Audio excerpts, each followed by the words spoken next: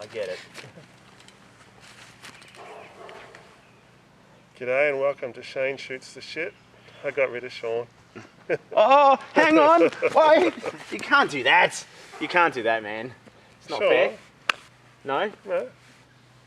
Sure. Oh, I'm just making sure your beanie's... It's all erect? Does it need to be like a certain height or something? Yeah, they're like the old Stussy beanie. Remember the old Stussy beanies? No. Oh, no, okay. There's someone out there that'll know. There's someone out there that'll know what I'm talking about. Yeah? It's not an in-joke. No. Maybe. Maybe. Okay, cool. Welcome everybody to another episode of Shane and Shaun Shoot the Poop Shite. Caca. Caca. You got nothing. I got nothing. You had me at caca. So Brum, brum. all joking aside, this is very, I don't know what you'd say. The serious side of what? Well, yeah, serious subject. We don't normally get serious, but we'll give it a try and see if it works. So I know a lot of people who race BMX who race with anxiety, and it can be a real struggle with them, for them some days. And you happen to be one of these people who Yes. it really gets to you sometimes. Yeah. And it can show. Yes. It's not something I've ever had a problem with. I can turn up to a race meeting and it wouldn't matter if it was a nationals or a club race. I'd sort of feel as level-headed. And I think it comes down to a whole bunch of things that sort of got me to this point. But what is it like to race with anxiety, I guess, is the question. The thing is, it's hard to put a. For me, sometimes it even starts a couple days before. Especially if you haven't raced at a certain track before, or you haven't been there in a while, you start to think about, and one of the things I stopped doing also was I stopped reading the entry list, because I used to read, oh yeah, we've got 20 people, for example, and I'd see certain people's names, and then automatically I would get anxiety about that and start to shut down, and then self-doubt, etc., etc. And that I found that, so it would start there, and then it would just progressively worse, and then I'd ride in practice, and then I'd see certain people riding, and I would just start to fall apart, and the anxiety would just go through the roof. Yes, and other times it doesn't happen until practice. Everything's good, drive there, sometimes, Ken's comes, we all set up the tents and we're having a good time, and then I'll go and do a few laps of practice, and you might make one mistake and that ruins it for you, and it's really frustrating. And definitely I'm not alone on this, because I do talk to other people, and I guess there's a confusion between having nerves, because nerves is most people are nervous, but anxiety is another level, and you feel it in your heart, your breathing changes, you feel weak, you actually feel physically weak. You get on I've been on the gate, this is probably in the last 4 or 5 years, I've been on the gate, and I've collapsed. Like, I've been on the gate in a final. I remember it was at the National Series round when Connor came to Australia at Frankston, and I was on the gate in the final, cruiser final, and actually, we set, and like my arms just, because I was so nervous and had so much anxiety, that actually my arms just gave away. So if you got all the way through a race meeting, you got to the final, what would have been the trigger in the final? Just performance based? Yep, 100%. Yeah, and it probably, anxiety does come back to self, and you gotta. So what I do a lot now is I tell myself, this is all fun. You know how to ride a bike. This is fun. You enjoy. This is what you live for, which is true. I love this sport and what it's done for me and stuff like that. So to doubt that is kind of it's a conflict. So I'm actually in constant conflict with myself at the track. So, and Simon Anderson our good friend Simon Anson, he put me on to an app called Smiling Minds, and it's like a meditation app, and it teaches you to use breathing to control your anxiety. And he said when he was coaching the bottom, like the national team, like some of the up and coming, they were to use that app because it also has a sport. Like you go in there, there's different things that you can learn to meditate about, relationships, work, sport. It has a sports part of it, and also just gentle relaxation, learning how to sleep, because anxiety can make it really hard to sleep, especially before a race meeting. So yeah, it doesn't take very long. There's like some 6-minute ones and stuff like, and it's definitely really helped. You just sort of bring yourself back and actually just concentrate on your breathing, and it actually does get rid of that anxiety out of your head. So I'm working through that, and I found like when I raced at Shep, I was fine. I actually didn't. I had a lot of fun. Like none of us, I don't think, were riding at our best ability because of just, I guess, of COVID and not enough racing and et cetera, et cetera. But it was a really fun weekend. Yeah. Like, I didn't feel any. I probably felt a little bit, but it wasn't anything I couldn't handle. So I think sometimes if you seek help, there is different things, literature, stuff like that, out there to support that, and with a lot more people suffering from it, I think the attention has come to the forefront, and you can get help.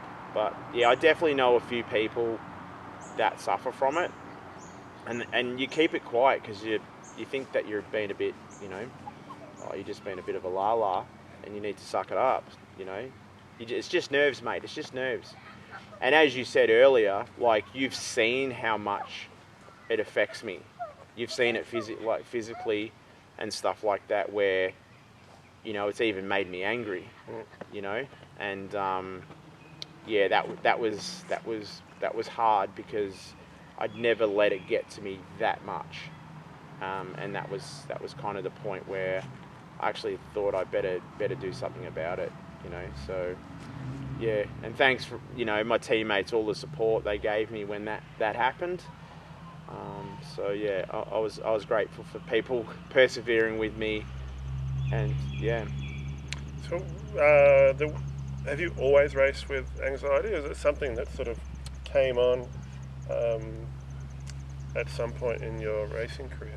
I think I've had a lot of it in my life in different phases. Like it affects me even at work. I mean, I know this is about BMX, but there was stages in my life where I couldn't walk through the front gate at work. And so what I was doing is there's a natural remedy called Rescue Remedy. It's a little spray, and I've used it a few times at BMX. A couple of little sprays, and it helps you relax. So, and they make like a little lozenge and stuff like that. So I've used that. But yes, probably maybe in the last, I say 5 years, it's been really bad. And I mean, you saw me about 3 years ago when I got really bad, and I don't know, can you compare to now, how I am now? Like, yeah, sometimes I stress, and I think I guess it's just me wanting to be better, and but I know how to ride a bike, and I know how to race. I just got to, and like I put up a post actually on social media during the week about, sort of a bit disappointed with my performance and my motivation and stuff like that, and heaps of people reached out. A lot of people are suffering from the same thing, and I think it's a bit of, we've got a bit of COVID jet lag and stuff like that, so we're all feeling different things in different ways, and anxiety about wanting us to go back to how we were, in life and in our racing, and that brings on anxiety.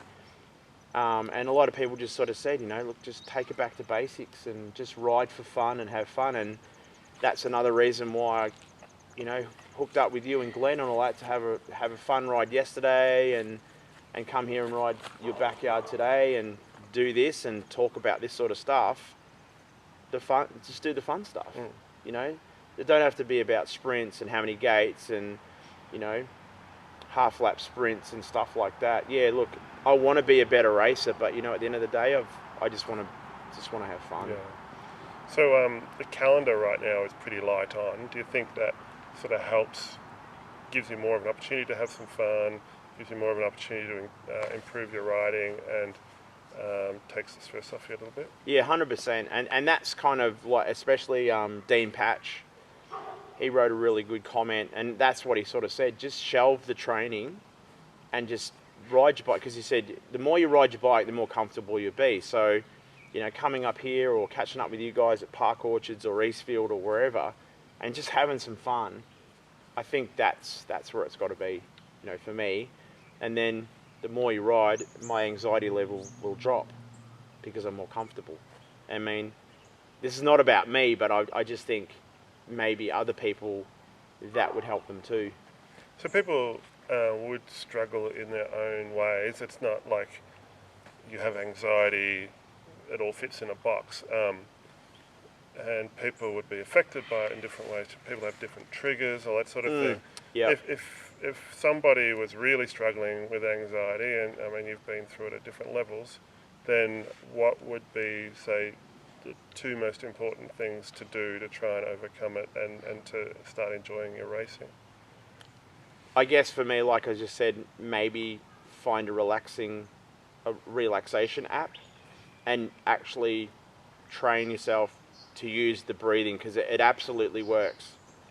And it changes the way your brain reacts to certain things. And I found I've only been using it probably for a few months now, and I can definitely feel, and it's all scientifically proven and stuff like that. It's not mumbo jumbo, you know, hocus pocus, you know. And I think, you know, look into something like that, and, you know, maybe, and I'm looking at that sort of thing before racing, like say like the night before, and just do that. But I guess if you're at a race meeting, I always find if you go for a ride and a little bit of positive affirmation, you know, and like I was saying before, you just say, you know, I got this, I can ride a bike, and I'm here with my friends, and if you've got kids, I'm here watching my kids have a blast, I'm hanging out with my friends, I'm not at work, I'm not under the pressure at work or whatever, I'm here having the best time of my life. You know, I'm doing things that a lot of people can't do. Like, people look at us and they go, like for me instance, you and I are the same age, and they go, man, you're 50 and you're still riding a BMX and having fun? Like, hell yeah. So you just think about that, you just sort of pull it back. But I think, you know, the positive affirmation and just saying, hey, look, I can do this. And, you know, I've done 1 million gate starts, and I can ride this track. No matter what you come, I think it shouldn't be about the results, and I think we get caught up in that, and I'm guilty of that, because I just think, you know, I haven't raced all my life, and I guess it's nice to get a reward, but at the end of the day, the reward is hanging with your friends, seeing your kids progress, you know, progressing yourself. It's not about the trophy you get or the piece of plastic, because they just sit and collect dust, but it's experiences. But yeah, or another bit of advice is talk to someone. If you're struggling at a race meeting, I mean, I'm happy to talk to people. If people want to come up and talk to me and say, hey, bro, I'm not feeling it, I'm happy to help out, because I've been there, I am there. So if people ever want to come up and have a chat, I'm all for it, you know. You know where to find me. Hanging out. Hard to miss. Bit hard to miss, you know. I'm not exactly the quietest person at the track, but yeah, that's the thing. I mean, we're a big BMX family, and I love my BMX family. So if I can help someone, so be it. You know, we're all the same. It just can be so paralyzing, you know, and that's the scary thing, because we're doing something we love, and it like locks you down. So I know you've actually not shown up to some races because it was so crippling. Uh-huh. Knowing what you know now, do you think you'd ever be in that position again? If we're going to be brutally honest, it happened to me with Warrnambool. Oh, right. Yeah.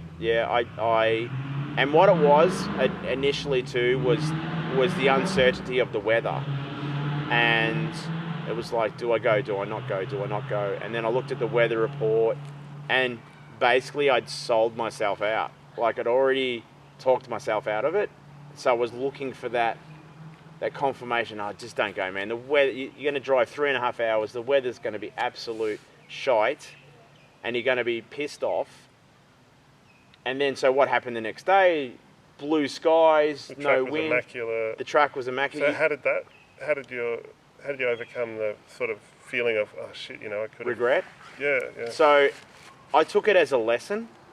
You know what, Shaun? Look what you missed out on, because you talked yourself out of it, because your anxiety was crazy. Now, the funny thing is that I love Warrnambool, the track, and you know, Kenz was going to come with me, talking about my daughter again, but she was going to come. We were going to go look at the beach quickly, get some fish and chips, race BMX, catch up with all you guys and the BMX family again. It's going to be a good weekend. But no. And it's not like it was a big field in your class, so it's going to be a big final or anything. I think there was 4 of us there, maybe 5. Yeah, and that's the thing. And it just takes the smallest thing. It's like, you know, it's the snowball effect. And I talked myself out of it. And then I see all the photos and I'm like, you know what? I'm not going to let that happen again. And I have to make the conscious decision to not let that happen. And every time, and this is another thing, because I actually did get some counselling about this. You know, I went and seen a professional, and she was telling me, every time you challenge that thinking, and it's a little win, and then it becomes easier. So next time there's a race meeting and my brain's all getting wigged out and stuff, you go, no, hang on a minute.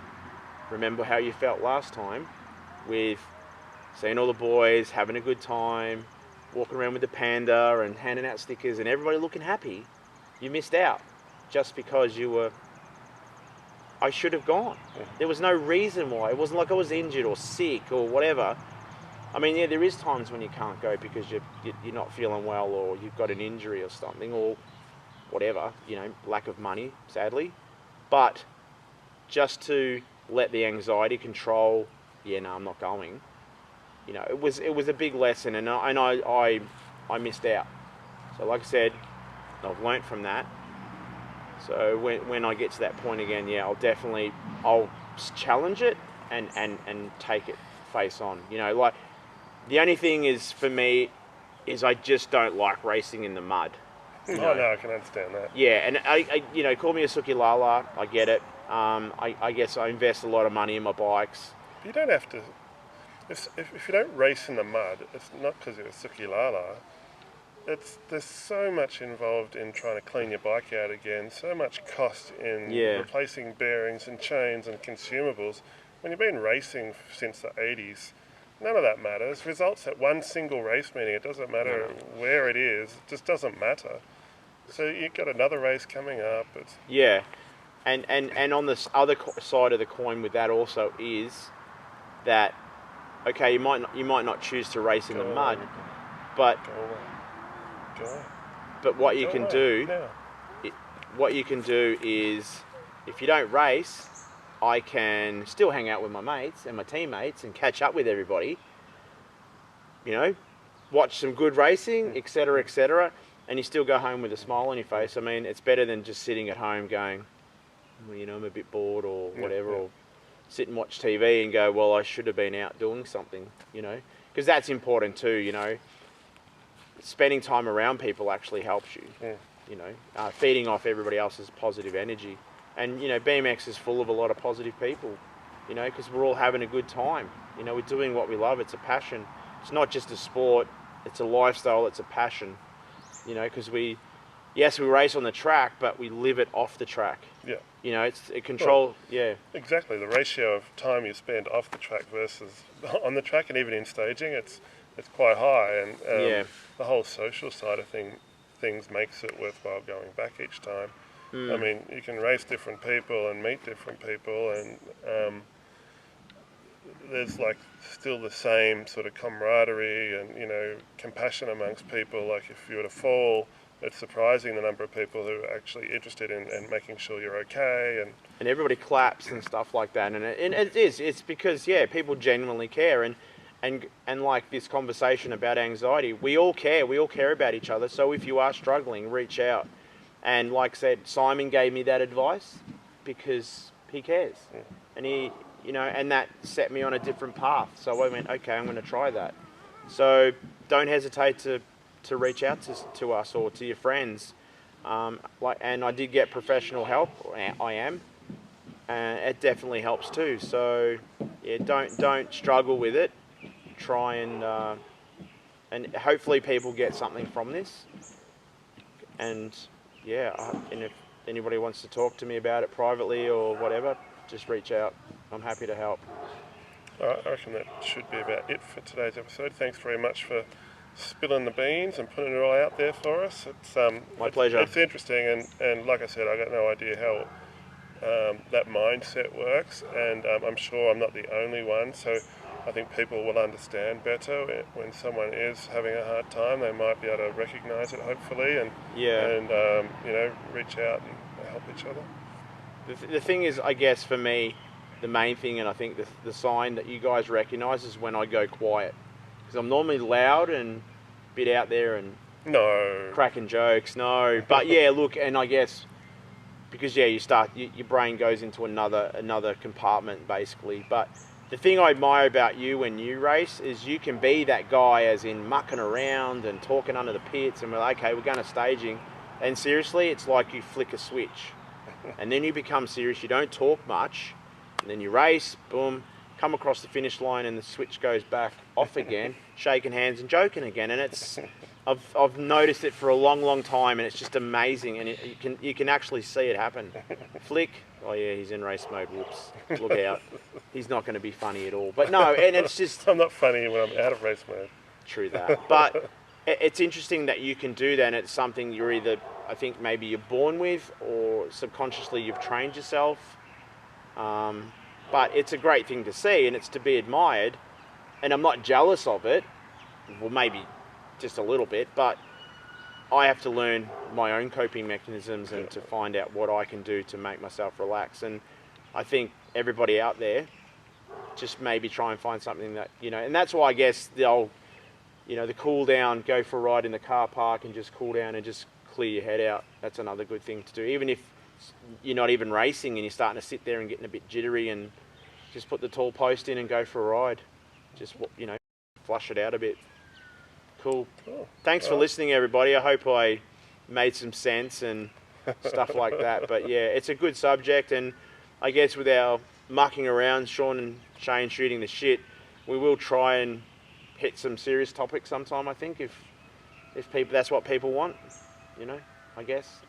I can't think of anything else serious at the moment, but I'm sure something will pop up over time. Yeah, for sure, for sure. Cool, guys. Thank you very much. Catch you next time. Peace out. Cool. Now I need a cuddle.